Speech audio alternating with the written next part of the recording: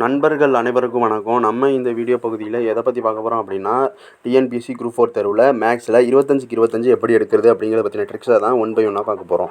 முதலாவதாக நீங்கள் வந்து மேக்ஸை ப்ராக்டிஸ் பண்ண தொடங்குறீங்க அப்படின்னா, நீங்கள் பண்ண வேண்டிய ஒரு விஷயம் என்னென்னா, பேசிக்ஸை நல்லா தெரிஞ்சுக்கணும். பேசிக்ஸ்னால் என்ன அப்படின்னா, இந்த கூட்டல், கழித்தல், பெருக்கல், வகுத்தல், இந்த பேசிக்ஸில் வந்து நீங்கள் வந்து தெளிவாக இருக்கணும். அதை கேட்டு தெரிஞ்சுக்கிறதுக்கோ படிக்கிறதுக்கோ நீங்கள் வெட்கப்படக்கூடாது. நான் ஏன் இந்த வார்த்தையை இப்போ சொல்கிறேன் அப்படின்னா, நம்ம படிக்கிறது ஒரு காம்படிட்டிவ் எக்ஸாம். இப்போ போய் யார்ட்டாச்சும் கேட்டு இந்த பேசிக்ஸ் தெரிஞ்சுக்கிட்டால் நம்மளை வந்து இதுவும் சொல்லிவிடுவாங்களோ, இது கூட தெரியல அப்படின்னு சொல்லிவிடுவாங்களோன்னு சொல்லிட்டு ஃபீல் பண்ணாமல் இந்த பேசிக்ஸை நீங்கள் நல்லாவே கற்றுக்கணும்.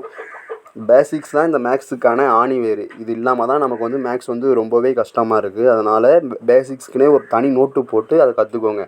இந்த பேசிக்ஸ் எல்லாம் கற்றுக்கிறதுக்கு ஜஸ்ட்டு 1 டே தான் ஆகும். அதனால் அதை நல்லா கிளியராக நம்ம கற்றுக்கணும். பேசிக்ஸை கற்றுக்கிட்டதுக்கப்புறமா நம்ம பண்ண வேண்டியது ஸ்கூல் புக்கில் 6 to 10 வரையும் இருக்குது.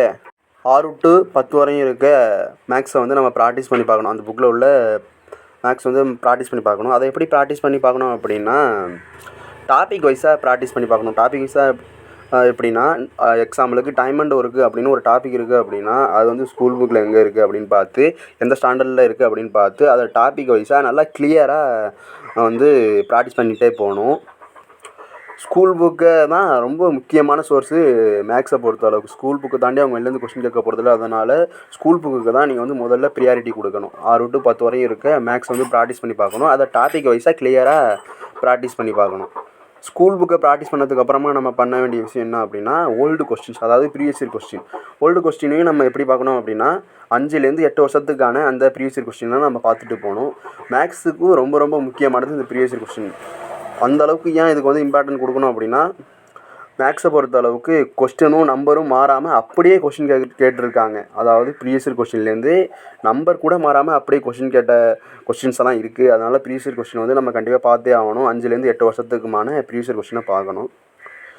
ப்ரீவியஸ் இயர் கொஸ்டினை பார்த்ததுக்கப்புறம் நம்ம பண்ண வேண்டியது, டெய்லியும் 2 hours வந்து மேக்ஸ் வந்து ப்ராக்டிஸ் பண்ணணும். ப்ராக்டிஸ் தான் வந்து மேக்ஸுக்கு வந்து ஒரு முக்கியமான ஒரு ப்ராசஸ். அதனால் வந்து டெய்லியும் 2 hour வந்து நீங்கள் வந்து மேக்ஸுக்காக டைம் ஒதுக்கி ப்ராக்டிஸ் பண்ணிக்கிட்டே வரணும். நீங்கள் என்ன பண்ணுவீங்க, மொத்தமாக பார்த்துக்கலான்னு சொல்லிவிட்டு மேக்ஸே படிக்காமல் ஒதுக்கி வச்சுட்டு வருவீங்க.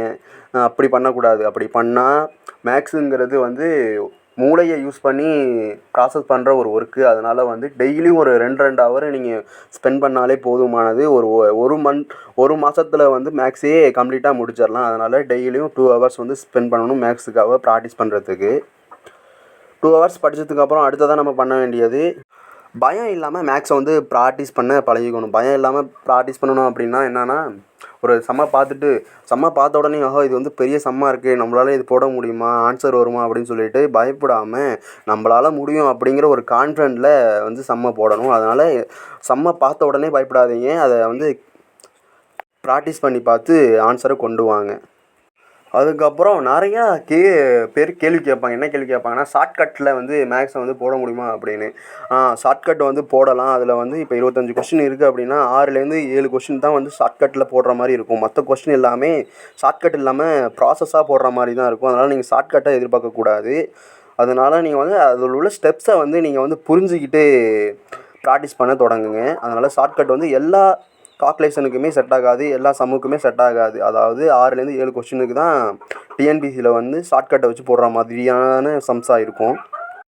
அதனால் எல்லா சம்ஸுக்குமே ஷார்ட்கட்டை எதிர்பார்க்கக்கூடாது நம்ம.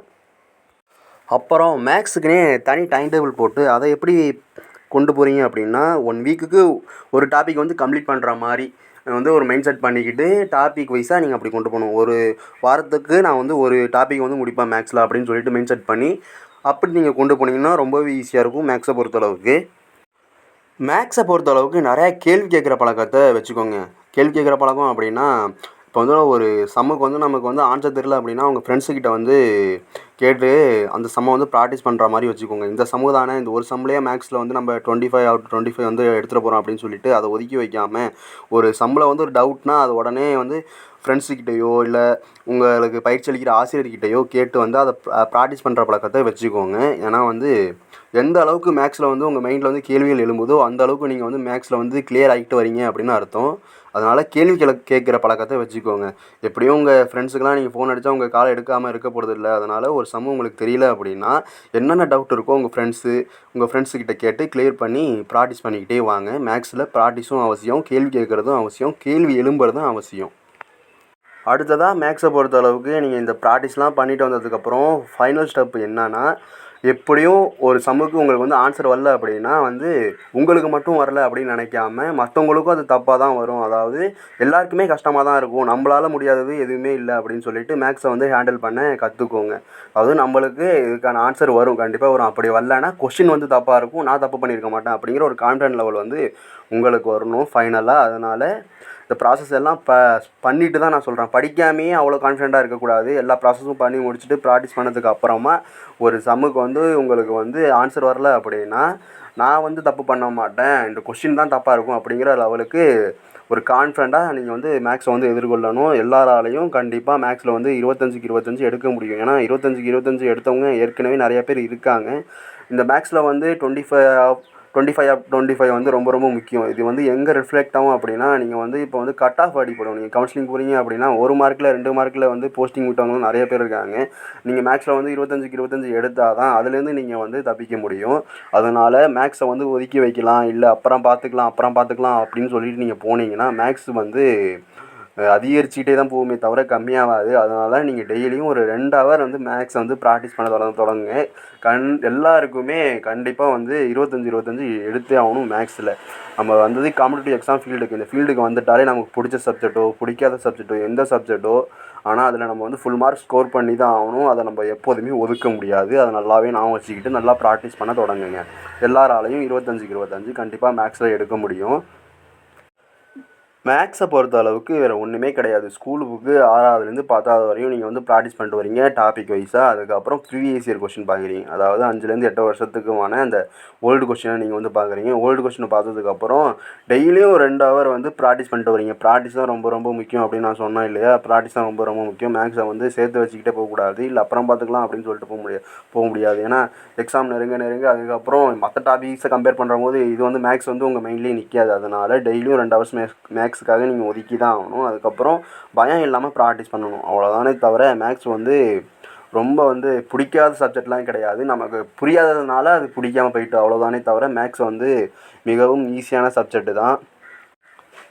ஏற்கனவே நம்ம ஹீரோ டிஎன்பிசி சேனலில் போட்டித் தேர்வு சம்மந்தமான வீடியோஸ் கிளாஸஸ்லாம் நிறைய போயிட்டுருக்கு. அதை பார்க்காதவங்க உள்ளே போய் கிளிக் பண்ணி பார்த்துக்கோங்க.